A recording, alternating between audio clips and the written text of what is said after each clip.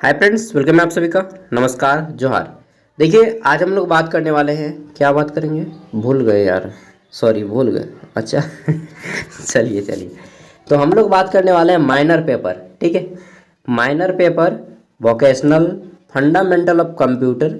ठीक है, ये पेपर पहले आप समझिए, मैं बात को पूरा समझाऊंगा। आप इस तरह से समझिए कि आप एक क्लास में बैठे हैं कॉलेज में, और हम लोग बाकायदगी करेंगे और पढ़ाई भी करेंगे दोनों। ठीक है, क्योंकि बिना बाकायदगी के पढ़ाई अधूरा है। तो ये जो है फंडामेंटल ऑफ कंप्यूटर, यह ऑड सेमेस्टर में रहता है। ठीक है, ऑड मतलब सॉरी इवेंट सेमेस्टर में रहता है। जैसे कि सेमेस्टर 2 में रहेगा, 4 में रहेगा, 6 में और 8 में। ये था इसका रखने का तरीका। तो सेमेस्टर 2 में भी पढ़िएगा फंडामेंटल ऑफ कंप्यूटर, 4 में भी, 6 में भी, 8 में भी।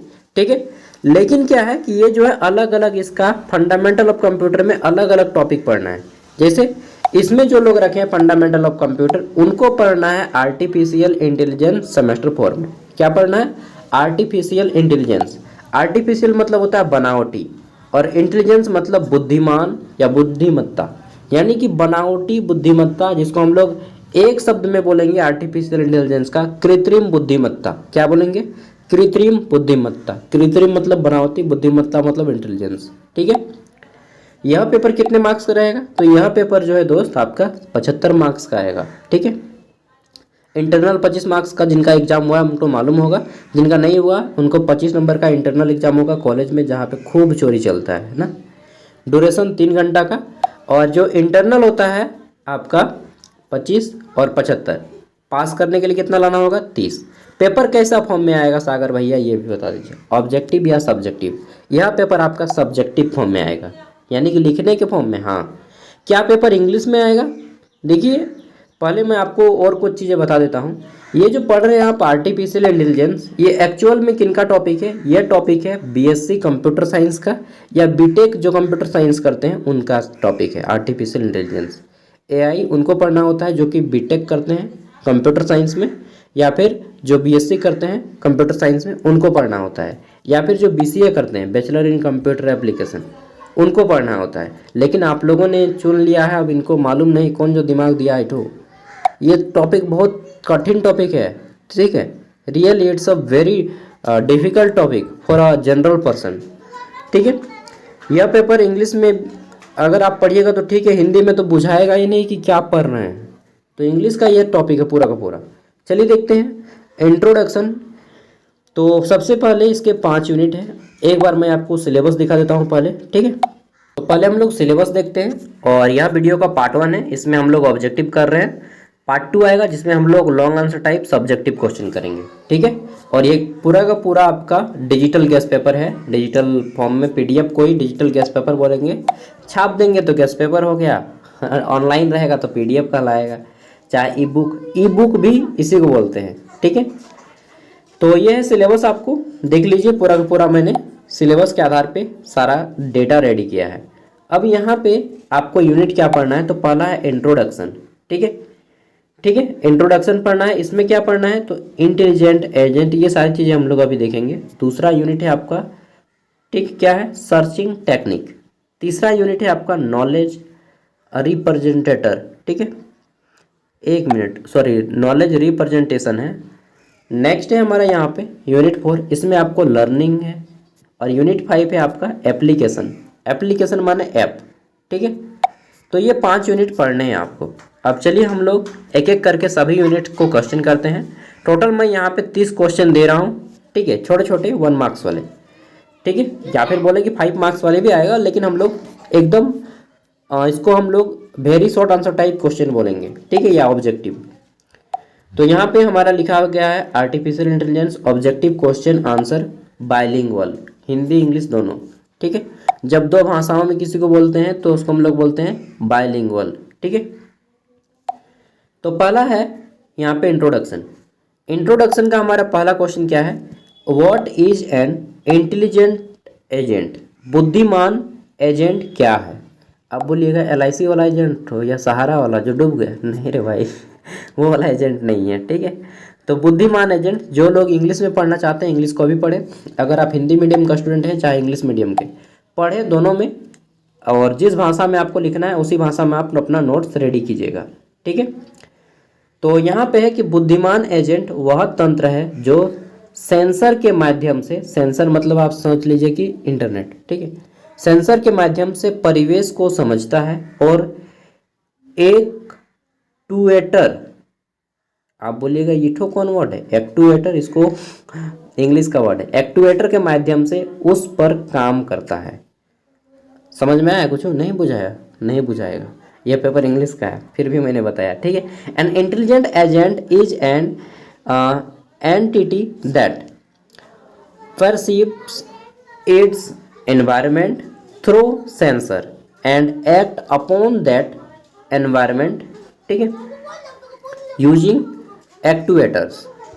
What is the meaning? कुछ नहीं बुझाएगा अभी, चुपचाप समझिए अभी। ठीक है, चुपचाप से देखते जाइए, समझना बुझना भी नहीं है, बस नोट्स रेडी कीजिए। ठीक है, धीरे धीरे होते होते समझिएगा, एक बार से कुछ नहीं समझ पाइएगा आर्टिफिशियल इंटेलिजेंस को। ठीक है, वो गाना सुने कि सुई हवा से आती है, सुई चुभा के जाती है, वही आपको लगेगा ये सब्जेक्ट। ठीक है ना, आर्टिफिशियल इंटेलिजेंस पढ़िएगा, बुझा जाएगा बाबू। अगला है कि components of an intelligent agent, बुद्धिमान एजेंट के घटक क्या क्या है, मतलब एक आर्टिफिशियल इंटेलिजेंट जो होता है उसके कौन कौन से पार्ट्स हैं, ये समझिए कौन कौन सा भाग है। ठीक है, तो देखिए इसका पहला भाग है सेंसर, क्या है? सेंसर। दूसरा है एक्टुएटर, अरे भाई इंग्लिश तो ही अच्छा लगता है इसमें। तीसरा हमारा क्या है? तो यहाँ पे परफॉर्मेंस है, परफॉर्मेंस मतलब होता है प्रदर्शन करना, दिखावा करना। ठीक है, यानी कि वो कैसे शो करता है। अगला है हमारा मापदंड, यानी कि मेजर जिसको बोलते हैं। ठीक है, और छठा है इन्वायरमेंट। इन्वायरमेंट मतलब यहाँ पे पर्यावरण नहीं बोलिएगा, यहाँ पे परिवेश बोलिएगा, यानी कि वो जिस माहौल में रहता है। ठीक है, तो आर्टिफिशियल एजेंट के कितने कंपोनेंट्स है, कितने पार्ट्स हैं, बोलिएगा 5 पार्ट्स। ठीक है, एक सेंसर, 2 एक्टुएटर, तीसरा प्रदर्शन, चौथा मापदंड और पांचवा परिवेश। इंग्लिश में जिनको लिखना है वो लोग इंग्लिश में लिखिएगा, बाकी मैं कहूँगा अरे भाई दोनों पढ़ो, ज़्यादा मज़ा आएगा, मज़ा आएगा चाहे नहीं, सीखिएगा ज़्यादा। अगला है तीसरा प्रश्न, परिवेश का स्वरूप इनमें से कौन कौन से होते हैं, यानी कि नेचर जो होता है उसमें एनवायरनमेंट इंक्लूड किसको किसको करता है। तो देखिए पहला इसमें आता है हमारा यहाँ पे डिटर्मिनिस्टिक, ठीक है, यानी कि नियतात्मक या संज्ञानात्मक। ठीक है, ऐसा ऐसा वर्ड है ना कि मैंने भी कभी नहीं पढ़ा है। अगला है एपिसोडिक, लेकिन आप लोग के पढ़ाने के चक्कर में मुझे भी पढ़ना पड़ रहा है। अगला है एस्थेटिक या डायनेमिक, ठीक है, गतिशील या स्थिर या गतिशील। अगला है हमारा यहाँ पे क्या है, तो ये है आपका डिस्क्रीट कॉन्टिन्यूअस, यानी कि विच्छिन्न और निरंतर।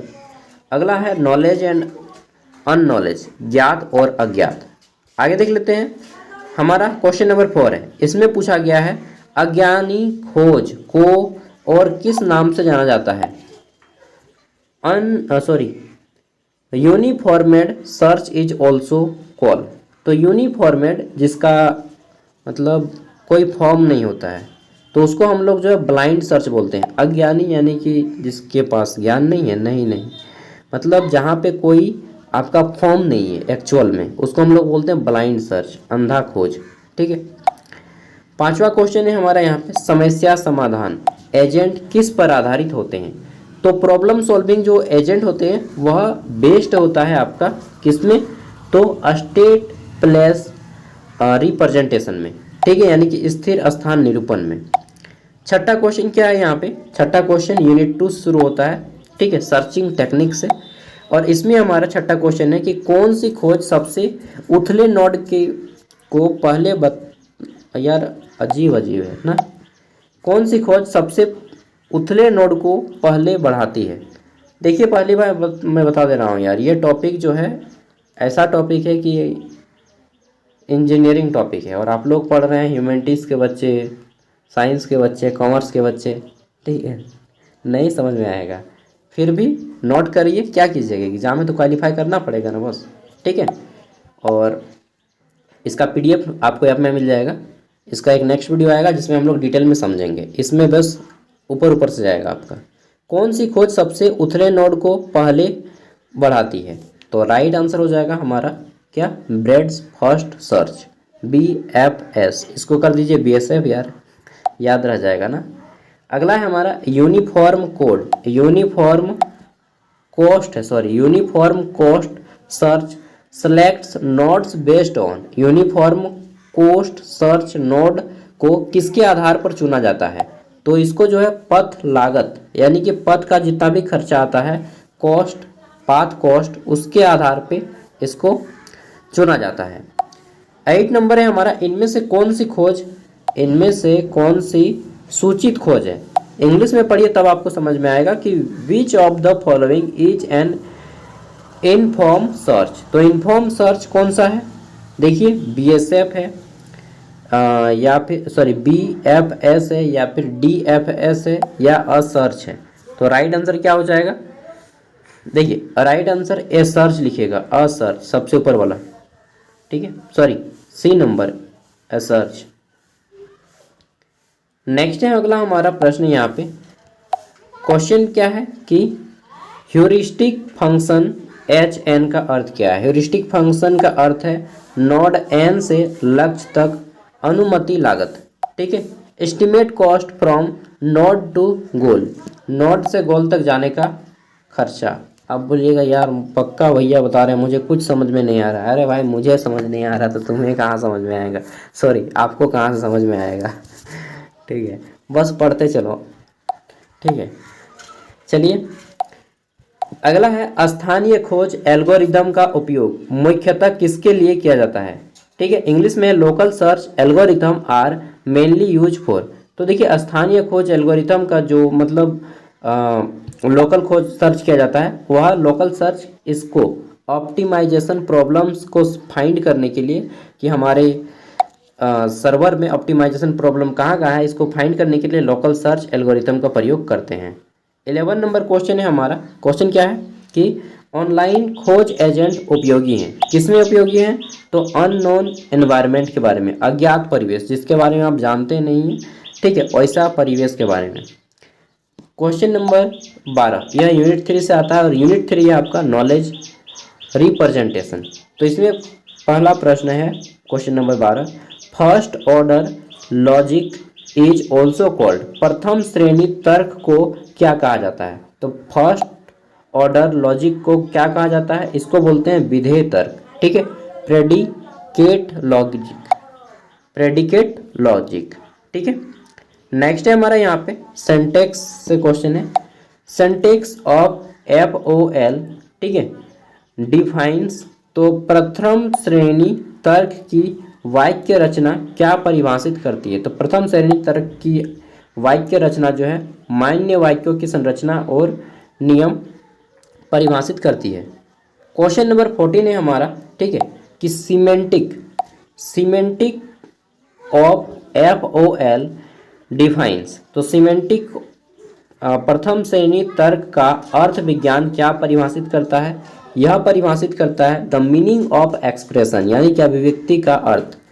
इंग्लिश बहुत सारे आदमी समझ नहीं पाएंगे और हिंदी ऐसा भाषा में दिया है कि बेटा समझ तो और नहीं पाओगे।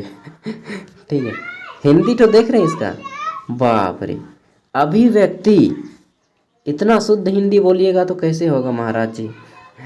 चलिए ऐसा टॉपिक ही आप लोगों ने चुना है, जो चुना है अब चुना है भाई। तो इसलिए बोला जाता है कि जब भी चुनो ध्यान से चुनो, नहीं तो लग जाओगे चुना, ठीक है। जैसे कि लाइफ में जब आप अपना लाइफ में वाइफ को चुनिएगा ध्यान से, नहीं तो लग जाएगा चुना, ठीक है। सेम बॉयज़ के लिए, गर्ल्स भी, बॉयज़ को जब भी चुनिएगा ध्यान से, नहीं तो लग जाएगा चुना। और ये चुना तो छोटा मोटा है, सेमेस्टर वाला, लाइफ वाला बड़ा है, ठीक है। तो अभी से चुना लगाने वाला आप लोग जो चुना लग चुके हैं, अब ध्यान रखिएगा, इस बार पार हो जाइएगा किसी तरह से। अगला है विच लॉजिक इज मोर एक्सप्रेसिव, यानी कि कौन सा तर्क अधिक मतलब कौन सा तर्क अधिक एक्सप्रेसिव है? एक्सप्रेसिव मतलब अधिक आसानी से आप उसको एक्सेस कर सकते हैं। तो फर्स्ट ऑर्डर लॉजिक जो होता है अधिक एक्सप्रेसिव होता है, ठीक है। 16वां प्रश्न है हमारा 16 नंबर, फॉरवर्ड चेनिंग कहाँ से शुरू होता है? Forward चेनिंग start from. तो तो फॉरवर्ड चेनिंग जो स्टार्ट होता है तथ्यों से शुरू होकर लक्ष्य की ओर बढ़ती है, ठीक है। Fact and move toward the goal. Next है हमारा 17 नंबर प्रश्न। प्रश्न क्या है कि बैकवर्ड चेनिंग स्टार्ट फ्रॉम। बैकवर्ड चेनिंग कहाँ से शुरू होती है? तो राइट आंसर हो जाएगा यहाँ पे goal and moves toward fact. लक्ष्य से शुरू होकर तथ्यों की ओर बढ़ती है। 18 नंबर क्वेश्चन है हमारा कि यूनिफिकेशन इज, एकीकरण का अर्थ क्या है? यूनिफिकेशन मतलब एक करना, ठीक है। तो दो तार्किक अभिव्यक्तियों का मिलान करना, मिलन कर देना, ठीक है। मैचिंग टू लॉजिकल एक्सप्रेशन, कम से कम इतना तो आएगा कि यार हाँ पता चल जाएगा कि कैसा कैसा वर्ड है, ठीक है। अभी फर्टिलाइज करिए दिमाग को अपना, ठीक है। भूमि को पहले धान रोपने से पहले जोतते हैं ना जी, हार चलाते हैं, ठीक है, ट्रैक्टर चलाते हैं। तो अभी आप वही कर रहे हैं कि अभी देखिए पहले दिमाग सब में कि कैसा कैसा वर्ड आ रहा है। अगला है लर्निंग। लर्निंग में हमारा क्वेश्चन नंबर 19 है कि आगमनात्मक अधिगम का अर्थ क्या है? अधिगम मतलब होता है सीखना, ठीक है। तो लर्निंग मीन्स क्या होता है? Inductive learning. इसका मतलब होता है उदाहरण के सामान्यीकरण करना, ठीक है। मतलब कि यहाँ पे जनरलाइजेशन फ्रॉम एग्जाम्पल, जनरल से आपको मतलब सामान्य से आपको उदाहरण बनाना है, ठीक है। नेक्स्ट है हमारा यहाँ पे निर्णय वृक्षों का उपयोग किसके लिए किया जाता है? इंग्लिश में है कि decision trees are use for. तो डिसीजन ट्रीज का जो यूज किया जाता है वर्गीकरण यानी कि समस्या प्रॉब्लम सॉल्विंग के लिए, ठीक है, क्लासिफिकेशन प्रॉब्लम्स के लिए किया जाता है। 21 नंबर क्वेश्चन है हमारा यहाँ पे। क्वेश्चन क्या है कि असेंबल लर्निंग का अर्थ क्या है? ठीक है, असेंबल लर्निंग मीन्स, तो असेंबल लर्निंग मीन्स दिया गया है यहाँ पे, ठीक है, कि बेहतर परिणामों के लिए अनेक मॉडल का संयोजन करना, मतलब अलग अलग मॉडल को एक साथ कर देना, ठीक है। 22 नंबर क्वेश्चन है हमारा यहाँ पे व्याख्या आधारित अधिगम का अर्थ क्या है? ठीक है, explanation based learning, EBL means expression based learning, और इसका मतलब होता है कि नए डाटा को समझने हेतु पूर्व ज्ञान का उपयोग करना। मतलब कोई पहले वाला डाटा को, आपका नया डाटा आ गया तो उसको समझने के लिए अपना पिछला जो डेटा है कंप्यूटर में उसको समझना, ठीक है। अगला है हमारा आगमनात्मक तर्क प्रोग्रामिंग क्या है? आप तो पक गए होंगे पूरा कि भाई क्या हम क्या पढ़ रहे हैं, हमको तो कुछ पता ही नहीं चल रहा है। जीवन में कभी कभी ऐसा होता है टाइम कि आपको पता नहीं चल रहा है कि क्या हो रहा है लाइफ में, ठीक है। ये वही लाइफ है आपका, ठीक है। तो अगला है आगमनात्मक तर्क प्रोग्रामिंग क्या होता है? तो मशीन लर्निंग और तर्क प्रोग्रामिंग का संयोजन होता है, यानी कि मशीन लर्निंग और आपका मेंटल लॉजिक, बुद्धि, सोचने की शक्ति, दोनों का एक मिला देंगे तो उसको हम लोग बोलते हैं आगमनात्मक तर्क प्रोग्रामिंग। इंडक्टिव लॉजिक प्रोग्रामिंग किसको कहते हैं? जब मशीन का दिमाग और अपना दिमाग दोनों को मिक्स कर देंगे, ठीक है।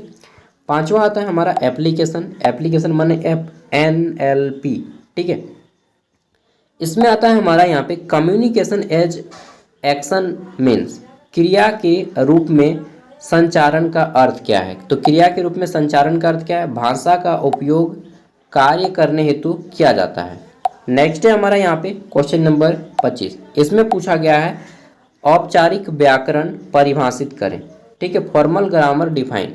तो देखिए यहाँ पे राइट आंसर हो जाएगा मान्य वाक्यों की संरचना, structure of valid sentence. 26 number question है हमारा संवर्धित व्याकरण का उपयोग किसके लिए किया जाता है? ठीक है, यहाँ पे हमारा देखिए गांव घर में बहुत हल्ला होगा तो आपको जो भी होगा, ठीक है, हल्ला से दूर रहिए, हल्ला तो होगा ही, ठीक है, तो नज़रअंदाज कीजिए, इसको इग्नोर कीजिए। नेक्स्ट है हमारा यहाँ पे अतिरिक्त वाक्य संरचना का अर्थ संबंधित सीमाओं का समाधान। वैसे भी आज दिमाग खराब हो गया मेरा भी ये क्वेश्चन पढ़ के यार, लेकिन आप लोग ऐसा सब्जेक्ट चुन लिए हैं और कम सम ने बहुत सारा आदमी चुन लिया है। चलो सब कोई पागल हो जाएगा। लाइफ में पागल होना भी जरूरी है ना, किसी के पीछे तो पागल हो जाओ यार, इससे अच्छा कि पढ़ाई के पीछे ही पागल हो जाओ।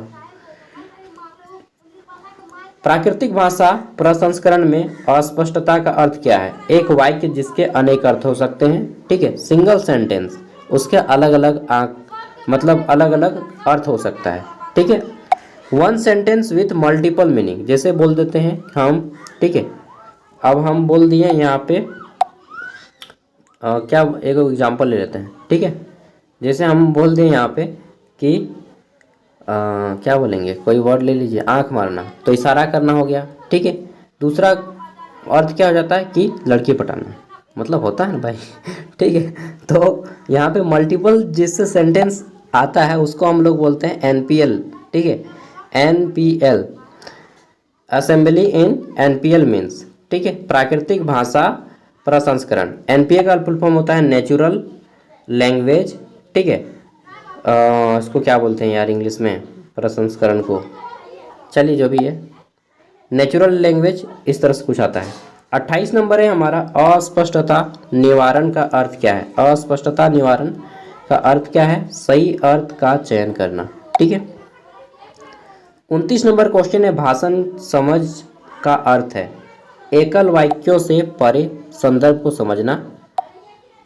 नेक्स्ट है हमारा यहाँ पे 30 नंबर क्वेश्चन, प्रायिक भाषा प्रसंस्करण किसका उपयोग करता है, तो देखिए HMM, ठीक है, और N-ग्राम का उपयोग करता है।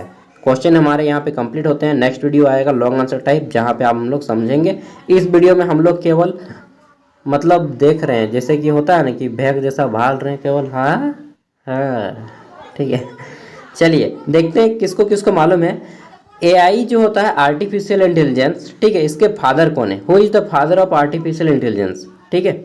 चलिए मैं ऑप्शन दे रहा हूँ आपका। सबसे पहला ऑप्शन है चार्ल्स बेबेज, ऑप्शन क्या है ए, चार्ल्स बेबेज, ठीक है। ऑप्शन बी है वॉन न्यूमैन, ठीक है। और ऑप्शन सी क्या है हमारा, सैमुअल क्रे, और ऑप्शन डी है इनमें से कोई नहीं।